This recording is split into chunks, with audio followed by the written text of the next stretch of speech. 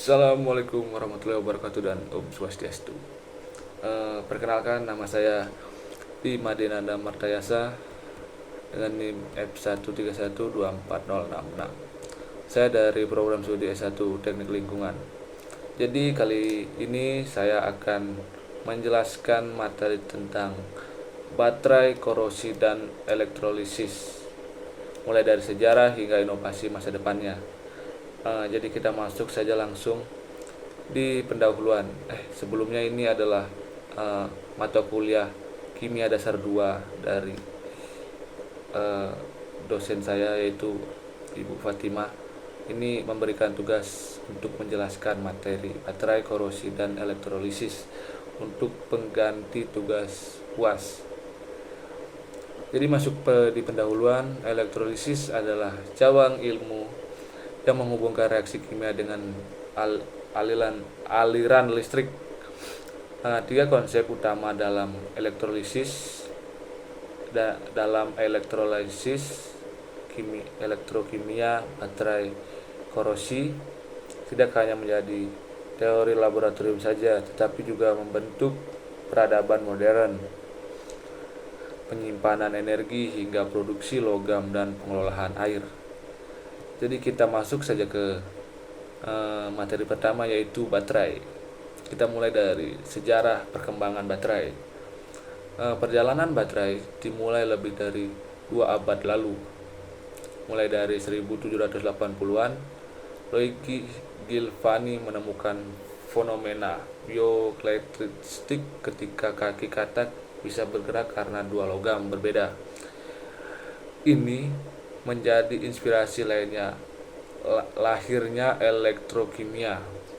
Lanjut di tahun berikutnya, yaitu 1800-an, Alessandro Volta menyusun tumpukan seng dan tembaga dipisahkan oleh kain basah berlarutan elektrolisis. Inilah yang dikenal sebagai sel Volta, baterai pertama yang menghasilkan arus listrik kontinu. Masuk lagi di tahun 1866, Georges Lagrange menemukan baterai kering, nenek moyang baterai alkalin yang kita gunakan saat ini.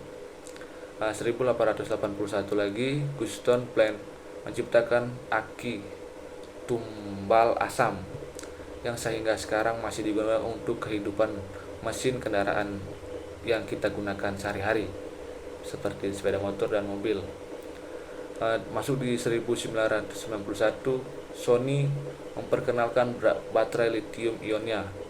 Komersial pertama membuka jalan bagi revolusi teknologi mobil dan kendaraan listrik. Masuk di prinsip kerja baterai. Baterai adalah perangkat elektrokimiawi yang sangat mengubah energi kimia menjadi energi listrik melalui reaksi redoks spontan. Ada di anoda. Anoda itu negatif, tempat menjadi oksidasi suatu melepaskan elektron. Dan katoda itu adalah positif, tempat terjadinya reduksi, yaitu penerimaan elektron. Jadi elektron mengalir melalui sirkulasi elektron dan dari anoda ke katoda, menghasilkan arus listrik. Masuk di jenis-jenis baterai. Baterai itu terbagi dari dua, baterai primer dan sekunder. Jadi kita jelaskan dari primer. Jadi baterai primer itu baterai yang sekali pakai tidak bisa diisi ulang, contohnya baterai alkali. Baterai sekunder itu baterai yang bisa diisi ulang, itu baterai lithium ion NiHm limbah asam. Itu contohnya seperti baterai aki, karena kan dia bisa dicas. Baterai juga diklarifikasikan berdasarkan aplikasinya, seperti baterai silinder, Oates, dan persismatic untuk berbagai perangkat. Aplikasi baterai, aplikasinya itu beragam-ragam. bisa kita temukan di kehidupan kita sehari-hari seperti smartphone, laptop, dan kamera digital. Kemudian masuk di kendaraan listrik, penyimpanan energi terbarukan, solar panel untuk menyimpan hasil dari sinar matahari itu menggunakan panel surya. Mungkin masuk di sistem cadangan listrik UPS. Kita masuk di inovasi masa depannya. Inovasi masa depan baterai. Baterai solid state lebih aman karena tidak menggunakan elektrolit cair. Ya sih. Baterai sodium ion bahan bakunya lebih murah dan melimpah dibandingkan litium. Baterai fleksibel untuk perangkat wearable. Teknologi daur ulang canggih untuk mengurangi limbah baterai. Baterai biokimia, penggunaannya mikroorganisme dengan sistem elektrokimia untuk energi hijau agar menjaga bumi kita lebih ramah lingkungan sesuai dengan jurusannya. Dimasuk di bagian 2 yaitu korosi. Masuk sejarah dan pentingnya studi korosi. Sejak zaman kuno, manusia telah menghadapi korosi, degradasi logam akibat lingkungan. Namun korosi menjadi masalah serius pada abad ke-19 saat struktur logam digunakan secara luar di industri dan infrastruktur. Contoh tragis akibat korosi adalah runtuhnya jembatan Silver Brigade di AS tahun 1967 yang menewaskan puluhan orang. Sejak itu, perhatian terhadap korosi menjadi sangat penting di dunia teknik karena bisa merusakkan infrastruktur yang sudah dibuat. Itu mekanisme terjadinya korosi. Korosi adalah proses elektromis spontan dan melibatkan pertukaran sel galvanik. Anoda logam teroksidasi melepaskan elektron membentuk ion logam yang simbolkan Fe. Fe melepaskan Fe2 plus bereaksi 2E- katoda. Elektron digunakan untuk mereduksi oksigen dan air. O2 reaksi oksigen dari udara bersamaan dengan ion hidrogen dalam air menangkap 4 elektron untuk membentuk air. Reaksi ini terjadi di bagian logam bertindak sebagai katoda sehingga korosi bisa menyebar luas. Jadi hasil akhir dalam adalah karat campuran oksigen dan hidrosida besi Fe2OH3 XH2O yang menyebabkan logam menjadi rapuh dan mengkarat. Faktor-faktor untuk mencegah korosi: kelembaban tinggi garam NaCl yang mempercepat elektrolisis alami, perbedaan potensial antara dua logam sel galvanik, kemudian ada suhu tinggi dan pH ekstrim. Dampak korosi. Dampak korosi itu menimbulkan merosotan ekonomi, kerugian hingga 2-3 PDB global. Struktural, kegagalan jembatan, tangki dan pipa menyebabkan kerugian ekonomi juga.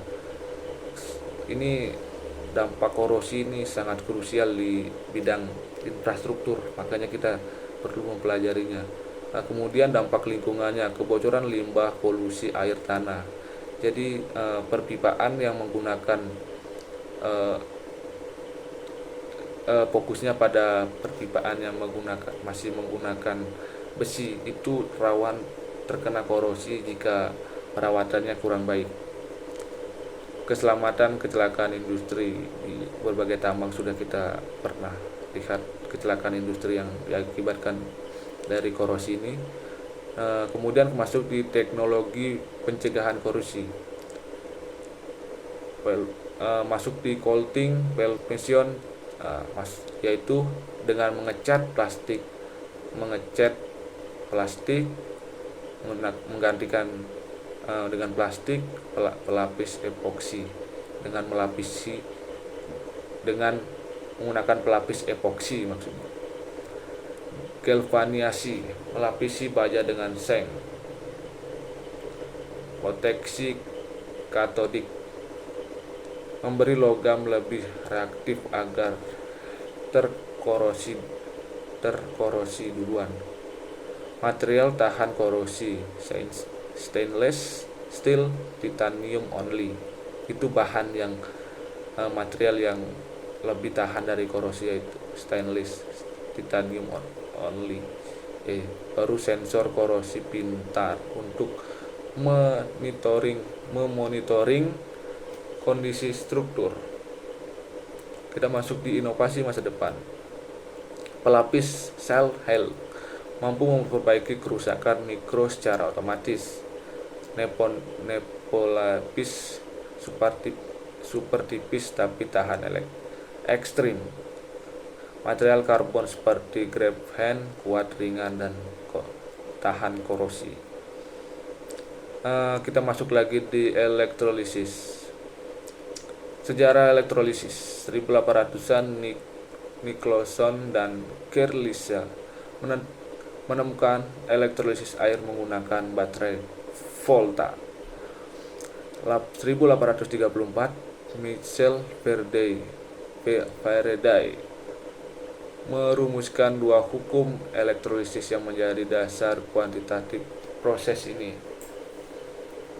Masih sejak abad ke-19, elektrolisis digunakan secara luas dalam pemunian logam dan industri kimia lainnya. Prinsip kerja elektrolisis berdasarkan baterai. Elektrolisis membutuhkan energi eksternal untuk memaksa reaksi non spontan. Masuk di sel elektrolitik terdiri dari dua elektron yang dicelupkan ke dalam larutan elektrolis. Hubungan sumber listrik katoda, seperti kita jelaskan, katoda adalah terjadi reduksi penangkapan elektron. Anoda itu oksidasi pelepasan elektron. Contohnya yaitu elektron air katoda, yaitu masuk di reaksi katoda. Dua molekul air menangkap dua elektron dan menghasilkan satu molekul gas hidrogen serta dua ion hidroksida. Ini terjadi di katoda karena sinilah proses reduksi terjadi. Masuk di anoda, dua molekul air terurai menjadi satu molekul gas oksigen, 4 ion hidrogen, dan melepaskan 4 elektron. Proses ini terjadi di anoda, yaitu tempat terjadinya oksidasi.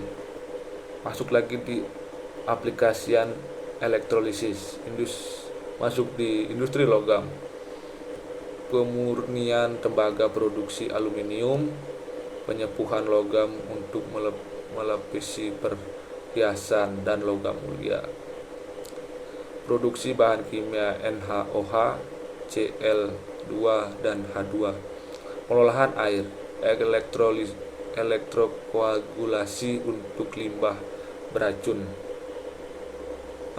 Masuk di 4 elektrolisis dalam teknologi ramah lingkungan. Elektrolisis air menghasilkan hidrogen sebagai energi bersih. Elektrolisis CO2 mengubah gas rumah kaca menjadi bahan bakar sintetis.